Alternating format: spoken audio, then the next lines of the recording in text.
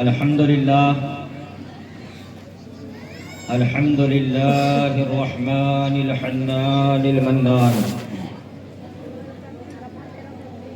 والصلاة والسلام على سيد الإنس والجان وعلى آله وأصحابه الذين عزروا دينه ونصروا ملته بالجنان واللسان والسنان، لا سيما على سيد الأولياء في كل حين وآن. أما بعد،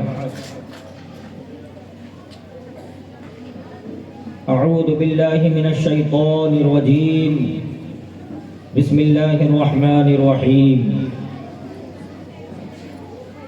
هل يستوي الذين يعلمون والذين لا يعلمون؟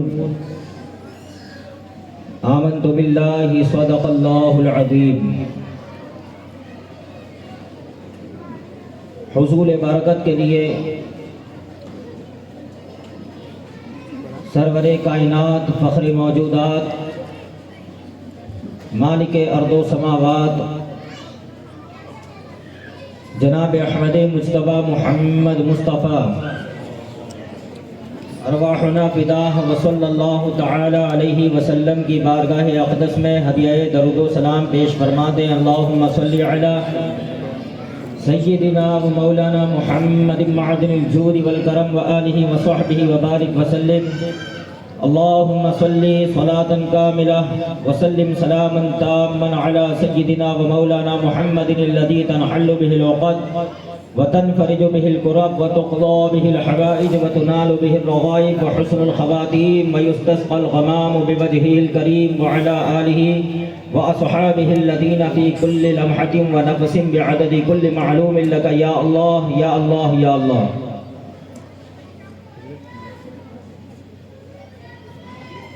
میرے پیارے سنی بھائیوں،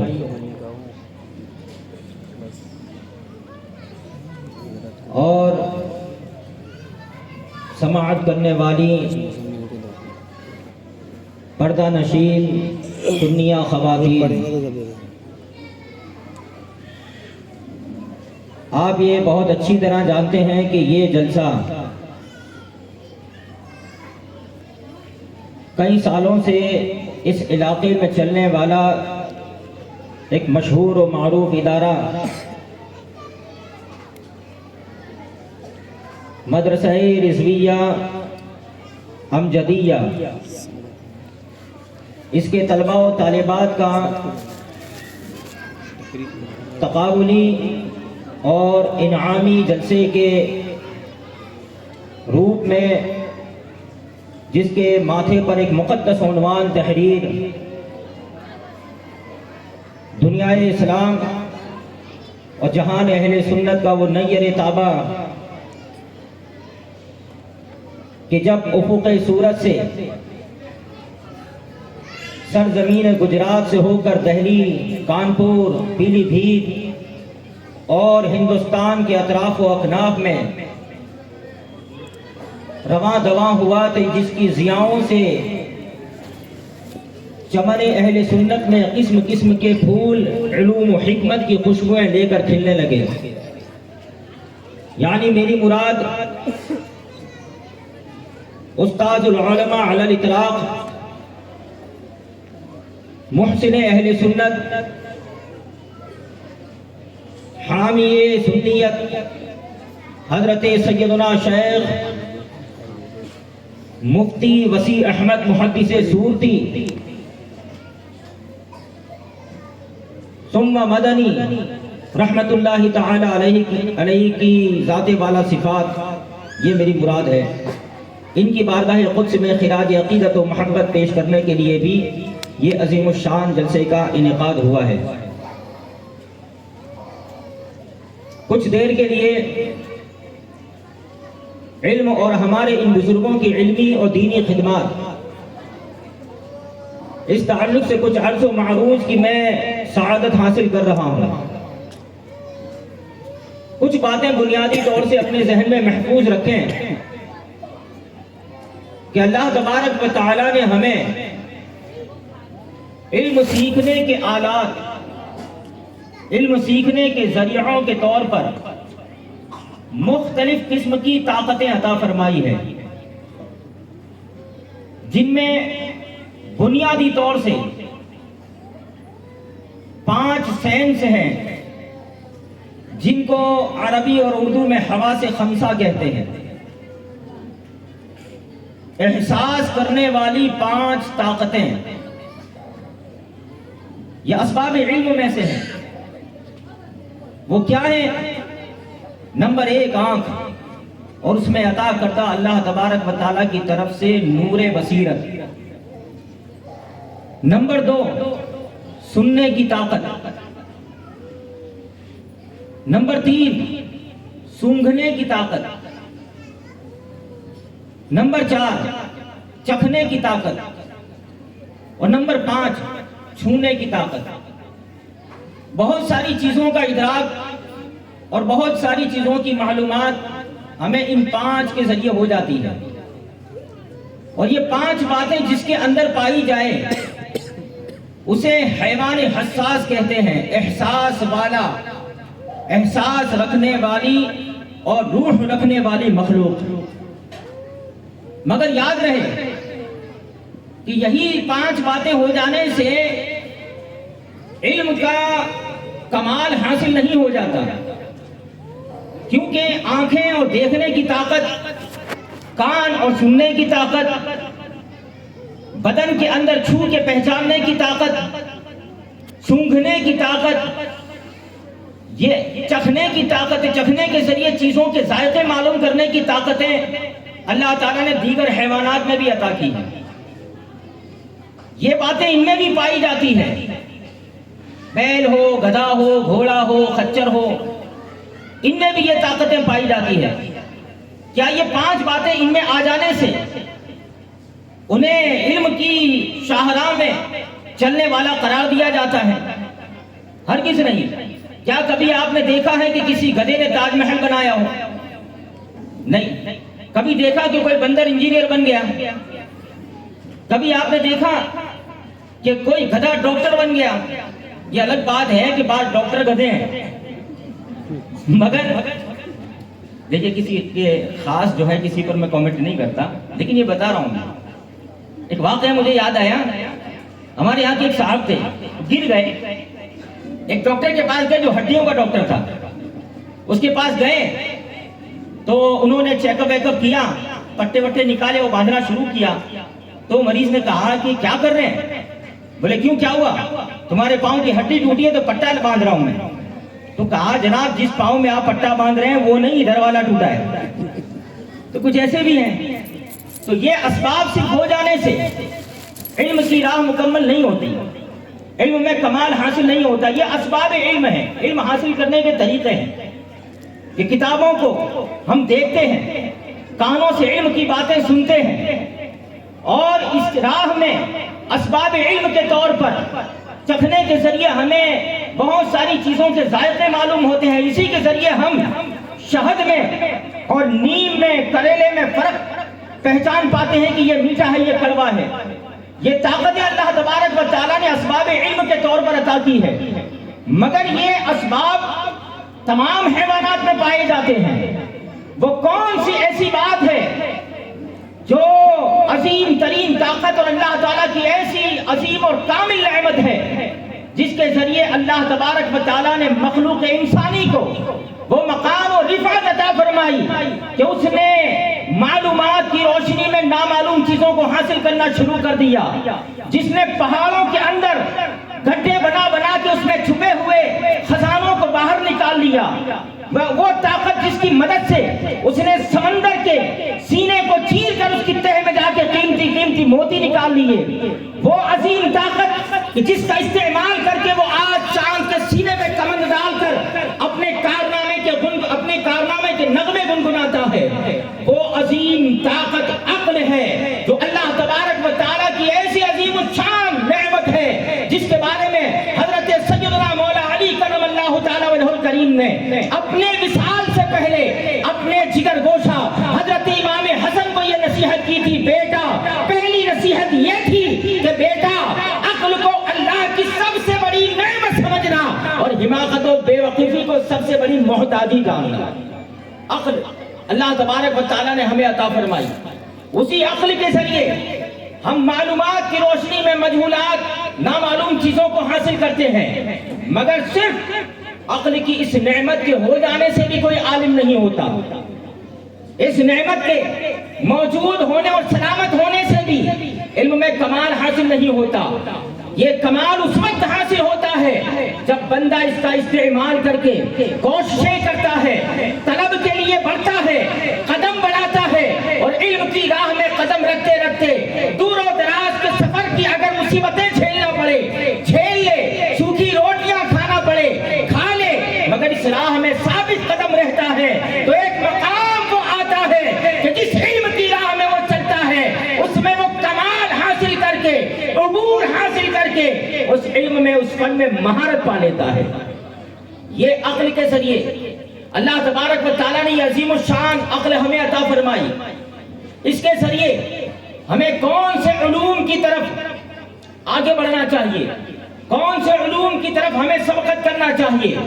اولاً سب سے پہلے کون سا علم حاصل کرنا چاہیے. میں بنیادی باتیں کرنے جا رہا ہوں، بالکل سطحی باتیں، کہ میں ان باتوں کے قریب لانا چاہتا ہوں کہ آج ہمارے معاشرے میں حالات یہ ہے کہ لوگوں نے اس تعلیم کی خاطر جو تعلیم اسے دنیا میں بھی دین سے دور کرتی ہے اور آخرت میں بھی اس کے خسارے کا سبب بنتی ہے، اس تعلیمات کے لیے، دنیا کے حصول کے لیے آدمی نے اپنا تن من اور قیمتی دھن سب کچھ داؤ پہ لگا دیا ہے، اور اس راہ میں وہ اس قدر ڈوب چکے ہیں، اتنے آگے نکل چکے ہیں کہ تعلیمات مصطفیٰ کے حصول کا خیال تک نہیں آتا.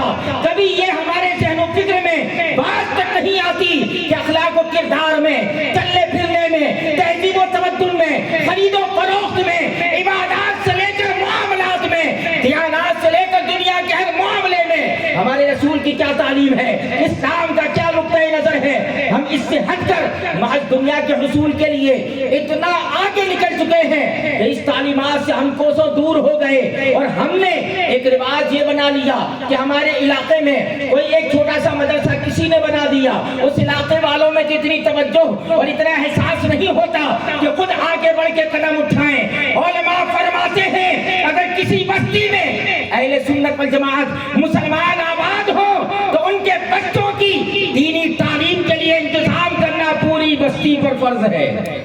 اگر کسی نے اس سلسلے میں قدم نہ اٹھایا سب گنہگار ہوں گے، سب گنہگار ہوں گے. اپنی کمائیوں سے پیسے الگ کر کے مدارس کا انتظام کریں، انتظام کریں، اپنے بچوں کی بنیادی اور بیسک اسلامی تعلیم کا انتظام کریں. یہ اس علاقے والوں کے لیے فرض ہے، مگر حالات اس قدر دیگرگو ہو چکے ہیں کہ بستیاں ہماری دیکھیں، علاقے ہمارے دیکھیں، ہم اس بات کے انتظار میں رہتے ہیں کوئی آئے گا، یہاں پر کوئی شاخ قائم کرے گا، کوئی مدرسے کا انعقاد کرے گا، ہم اپنے بچوں کو بھیجیں گے. اس انتظار میں ایک طبقہ تو علم سے دور ہو گیا. اگر کوئی شاخ قائم بھی ہوئی تو اس پر بھی ہم صرف یہ سمجھتے ہیں کہ یہ صرف ہمارا ایک رواج ہے کہ ہمارا بچہ جائے قرآن مجید پڑھ لے اور ناظرہ ختم کر کے جب سورہ ناس پر اپنا قرآن ختم کر لے تو یہ سمجھ لیتے ہیں کہ ہم نے اپنے بچے کا دین ختم کر لیا، ہم نے اپنے بچے کا علم دین کا یہاں پر آخری جو مرحلہ تھا اسے پورا کر لیا، بس اب اس کے بعد اسے نکال کر دنیا کے معاملات میں مشغول کر دیا جاتا ہے. دنیاوی تعلیم کے لیے 22 سال تک ہماری نسلیں، ہمارے نوجوان اپنے جھوٹے قصے ہیں، لاکھوں پیسوں کا خرچ ہوتا ہے، کئی لاکھوں کروڑوں روپے کی تعداد میں ہم اس راہ میں پیسہ خرچ کرتے ہیں، مگر آخر کار حالات یہ بنتے ہیں کہ اسی تعلیم میں، اسی تعلیم کے دل دادا اور وہی تعلیم یافتہ نوجوان طبقہ جب ہم دیکھتے ہیں تو ان کے اخلاق و کردار میں اسلامی تعلیمات کی کمی ہونے کی بنیاد پر وہ اپنے ماں باپ سے بھڑ جاتے ہیں، اپنے ماں باپ سے لڑ جاتے ہیں، گھروں میں دنیا کا ماحول گرم ہوتا ہے، بے حیائی اور بدچلنی کی طرف ان کے قدم بڑھتے چلے جاتے ہیں.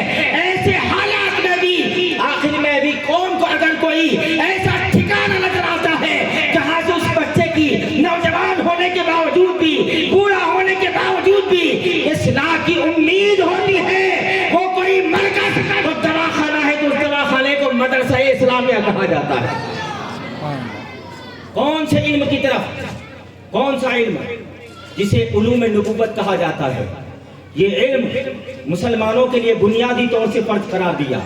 ہم نے اتنی تعلیم تک اپنے بچوں کا انتظام کیا، مگر آج حالات اتنے تیزی سے بدل رہے ہیں کہ ہمارے نوجوان، کوئی گمراہ کن آتا ہے اور کوئی بھی بات بتا دیتا ہے، کوئی بد مذہب سوشل میڈیا کے ذریعے عجیب و غریب قرآن مقدس کی آیات اور احادیث شریفہ کے من چاہے مضامین بیان کر کے اس طرح سے اپلوڈ کرتے ہیں کہ ہماری نسلیں ان کے چنگل میں پھنس کر دولت ایمان تک سے محروم ہو جاتے ہیں۔ اللہ کی پناہ، یہ حالات کیوں بنے؟ اس لیے کہ ہم نے اپنے مدارس کی ایک حد بندی کر دی ہے، ایک سیما بنا دی ہے کہ قرآن کا نازلہ ختم ہو جائے، بس وہاں تک ہمارے بچے کی تعلیم ہو۔ کیا ہم نے اتنا ہی دائرہ بنا کے رکھا ہے؟ یاد رکھنا، اس کا دائرہ اس حد تک ہے کہ بچے میں اتنا علم آ جائے کہ اپنے اس علم کی بنیاد پر وہ اپنا ایمان بھی بچا لے، اپنا عقیدہ بھی بچا لے، اپنے عمل کی بھی حفاظت کر لے، اور دنیا کی معاشرتی زندگی میں رسول اللہ کی سچی سیرت کے مطابق زندگی گزارے۔